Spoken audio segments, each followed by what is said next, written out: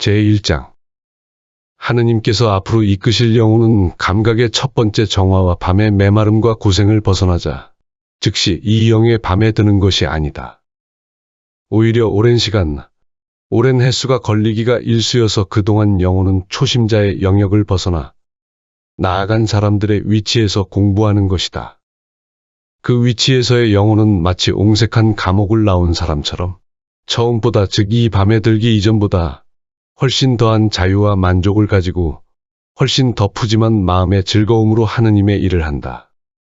다시는 그전처럼 상상력과 능력이 추리나 정신 긴장에 얽매이지 않고 도리어 고생스럽게 추리할 것이 없어 아주 쉽게 영 안에서 고요하고 사랑겨운 관상과 영의 묘미를 발견하기 때문이다. 그러나 영혼의 정화가 충분하지 못한 탓으로 중요한 부분, 즉 영의 정화가 모자라는 까닭이니 이것이 없이는 감각의 정화가 아무리 심할지라도 완전할 수 없다. 두 부분이 합쳐서 비로소 하나의 주체가 있기 때문이다. 어떤 아쉬움과 메마름과 어둠과 답답함이 아주 없지 않고 때로는 전보다도 훨씬 더 강렬하며 비록 기다려지는 밤처럼 계속적인 것은 아닐망정 그것들은 장차 올 영의 밤의 전조요, 사자인 것이다. 사실 이 밤과 폭풍 속에서 몇 시간 몇 날이 지나고 나면 어느덧 그 전에 쾌청이 돌아오는 것이니 이와 같이 하느님께서는 사랑의 가장 높은 층에 오르지 못할 어떤 사람들을 정화하신다. 이따금씩 그들을 관상과 정화의 밤에 들여놓으셔서 자주자주 아침 저녁이 갈마들게 하심은 저 다윗의 말을 채우시려 함이니 그는 이르기를 빵부스러기처럼 얼음을 즉 관상을 내리신다고 하였다. 그러나 어두운 관상의 이 빵부스러기는 우리가 앞으로 말할 관상의 저 무시무시한 밤처럼 강렬하지 않으니 하느님께서는 일부러 거기에다 영혼을 두시어서 당신과의 합일에 도달하게 만드시는 것이다. 영성에 나아가는 사람들이 제 영 안에서 풍부하게 또 쉽게 발견하여 맛보는 그 즐거움은 과거보다 훨씬 많고 감성의 정화가 있기 전보다도 훨씬 더 감성 안에 넘쳐 흐르는 것이니 맑게 씻겨진 감성이라 영의 맛 그대로를 쉽사리 맛볼 수 있기 때문이다.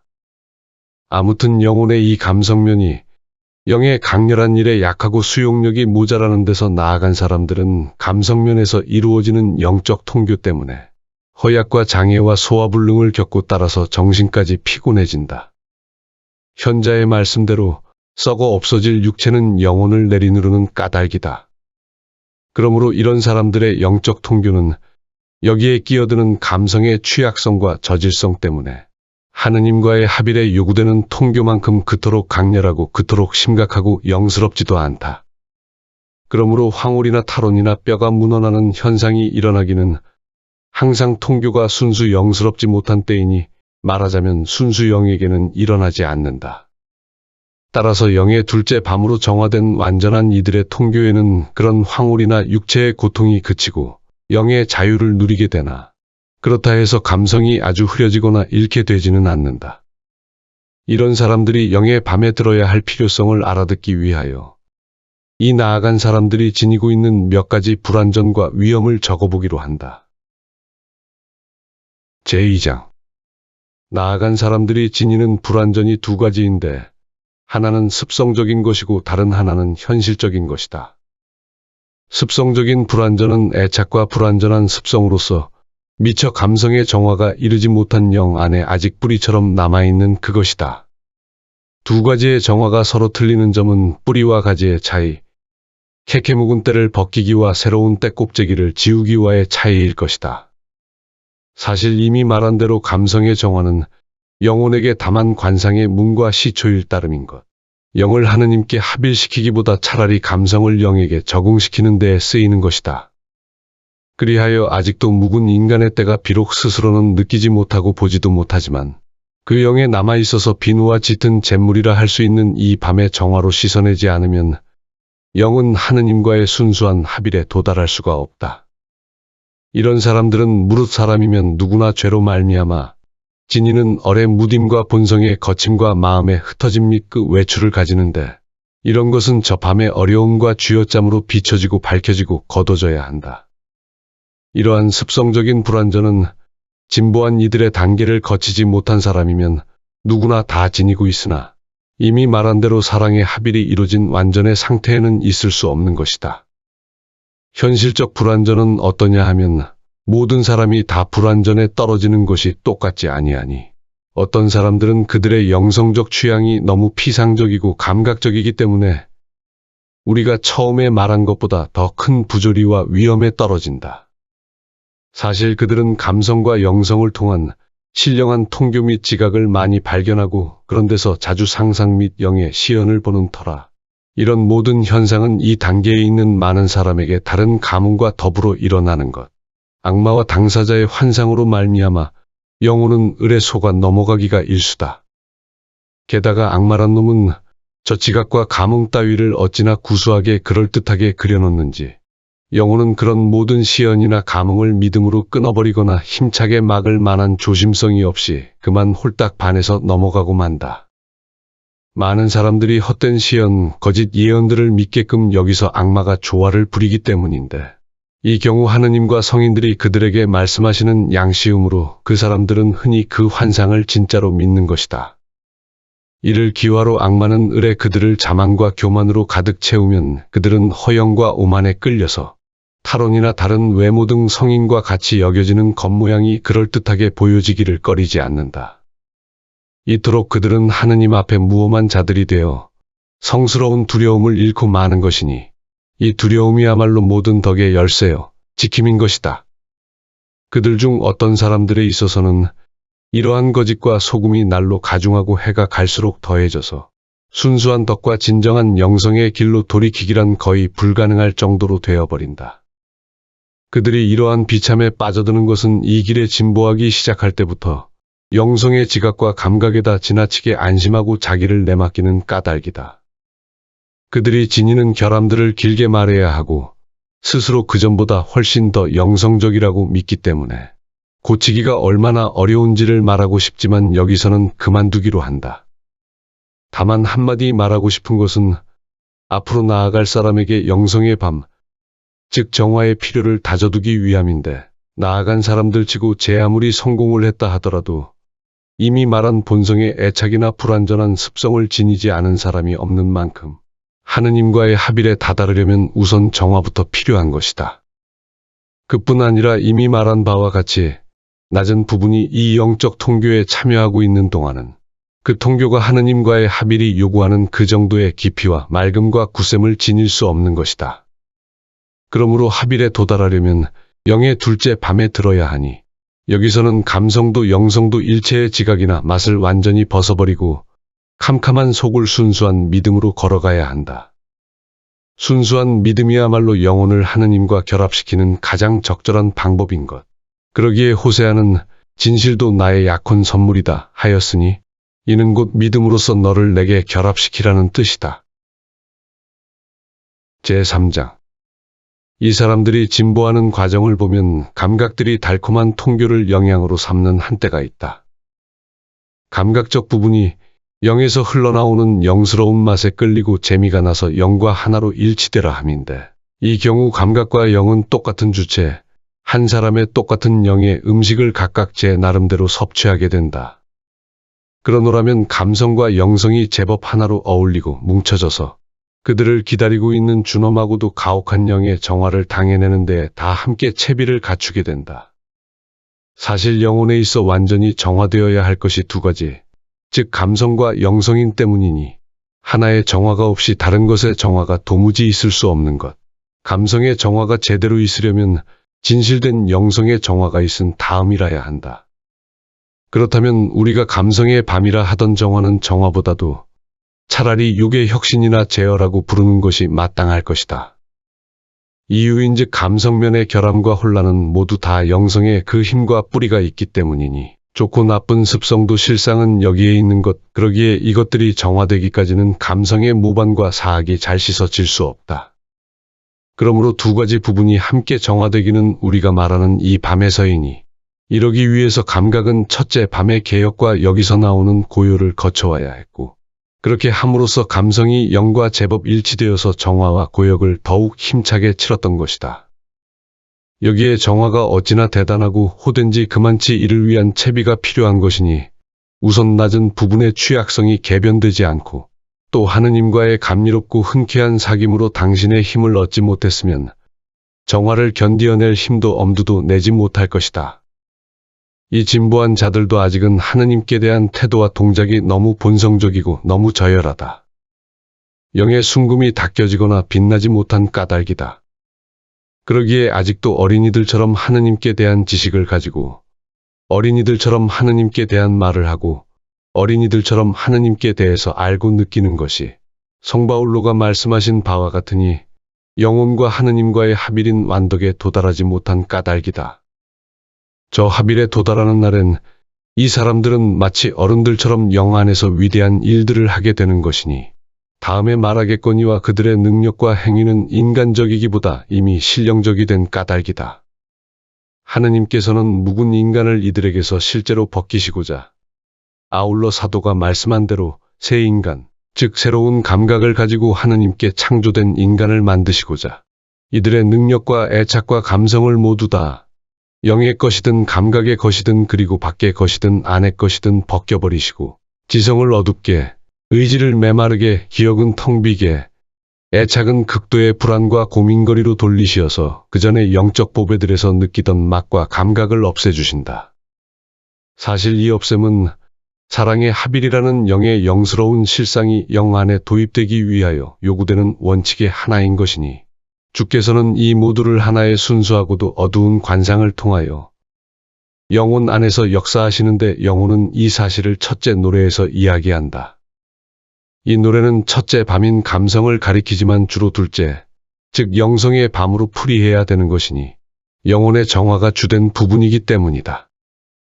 따라서 이 뜻으로 다시 한번 이 노래를 두고 풀어나갈까 한다. 제4장 첫째 노래와 그 풀이.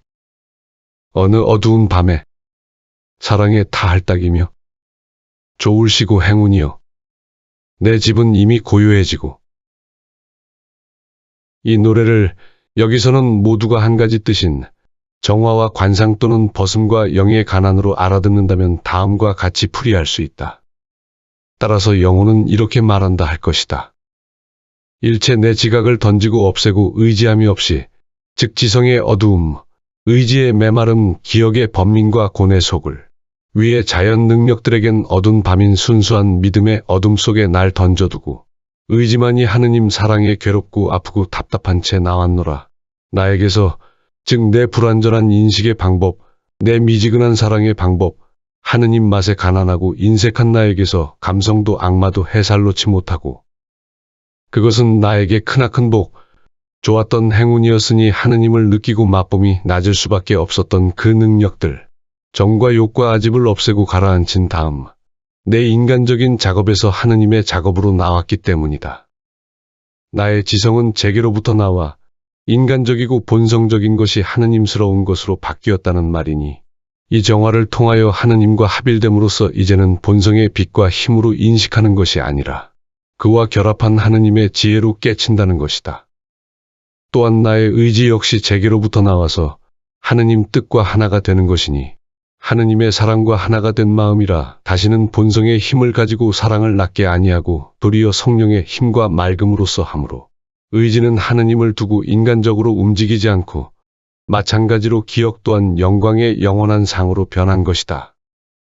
결국 묵은 인간의 밤과 정화로 말미암아 영혼의 모든 힘과 뜻이 하느님의 기질과 낙으로 아주 변모해버렸다.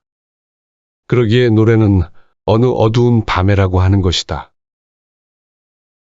400일 새 무덤에서 들어오너라. 사랑하는 자녀들아, 티 없는 내 성심의 요람 안으로 들어오너라.